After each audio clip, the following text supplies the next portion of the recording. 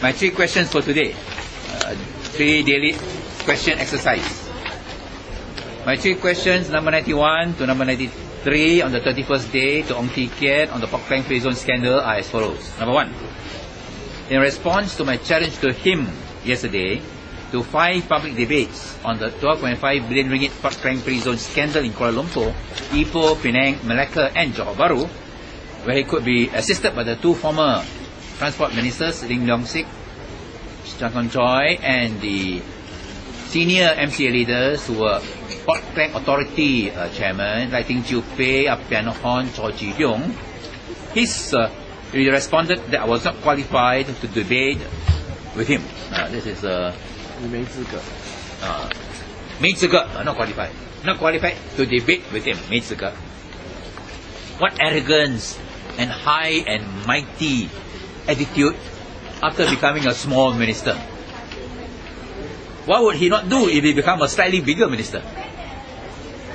A day after the release of the Pricewaterhouse report on the PKFZ on the 28th of May, the Prime Minister Najib publicly directed Ong to reply to all questions about the PKFZ scandal. Has Ong forgotten the Prime Minister's directive, public directive?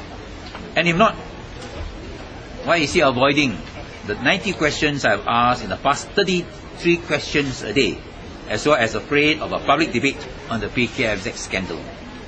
Ong has accused me of telling endless lies about the PKFZ scandal.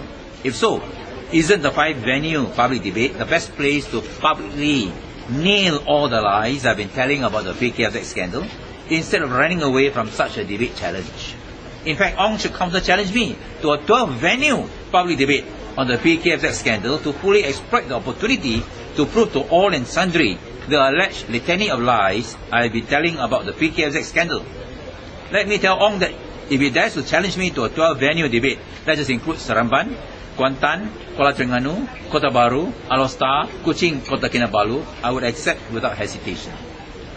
Why is Ong running away from such a public debate series to nail the lie, to nail the liar, when it is the liar who should be running away from any public debate, and here Ong is doing the running all the way to Paris? Can Ong answer this question? This is my first question today. Question number 2. Ong has won the right to get into the Guinness Book of Records for a second time. 2 times. Yesterday I said Ong qualifies to get into the Guinness Book of Records in becoming the first cabinet minister not only in Malaysian parliamentary history, but in the history of Commonwealth Parliament, to accuse an opposition MP for not telling the whole truth about the cabinet meetings and decisions about a major financial scandal. What is shocking is that Ong could come out with such utter nonsense that an opposition MP should know everything about what happened in the cabinet over the PKFZ scandal. Ong has won the right to get into the Guinness Book of Records for a second time, as the first MCA president in 60 years on the run, from Parliament and from the country. Malaysians will never forget that he ran away to France purportedly for the Paris Air Show, so that he need not appear on the first day of the June meeting of Parliament to give a satisfactory accounting on the PKFZ scandal. Of course, he was not the first MCA leader and minister to be on the run. To avoid ministerial accountability and responsibility, Chong Kon Choi did that in November 2007.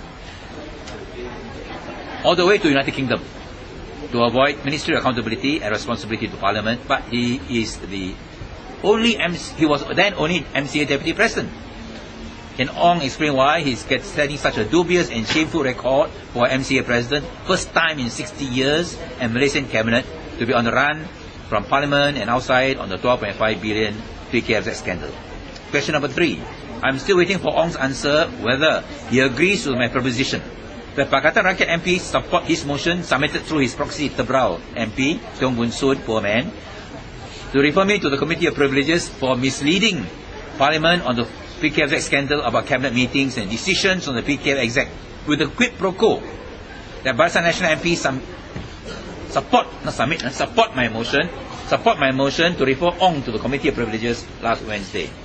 I'm giving Ong 48 hours to say yes or no, and not to continue to run from my questions, which I've been doing for my 90 questions in the past 30 days. You will notice that in the order paper today, motions of Privilege Committee are not there also, because it requires 14 days notice. So we have only 3 more days to go. But as a minister has the has the prerogative, if it gets government and approval, to ask for the standing orders to be amended to allow such privileged motion to be taken up for immediate debate. I cannot do it. He can do it. So I'm asking him to do that, because otherwise the two privileged motion won't even appear on the order paper when the House adjourns on Wednesday. So if he's serious, then and it's not up to his new form of Tai Chi. A new form of Tai Chi is going to be a very great exponent of political Tai Chi. Just as inside I talk about political H1N1, you're having political Tai Chi. Then he should ensure that both motions are debated and passed before the House adjourns on Thursday.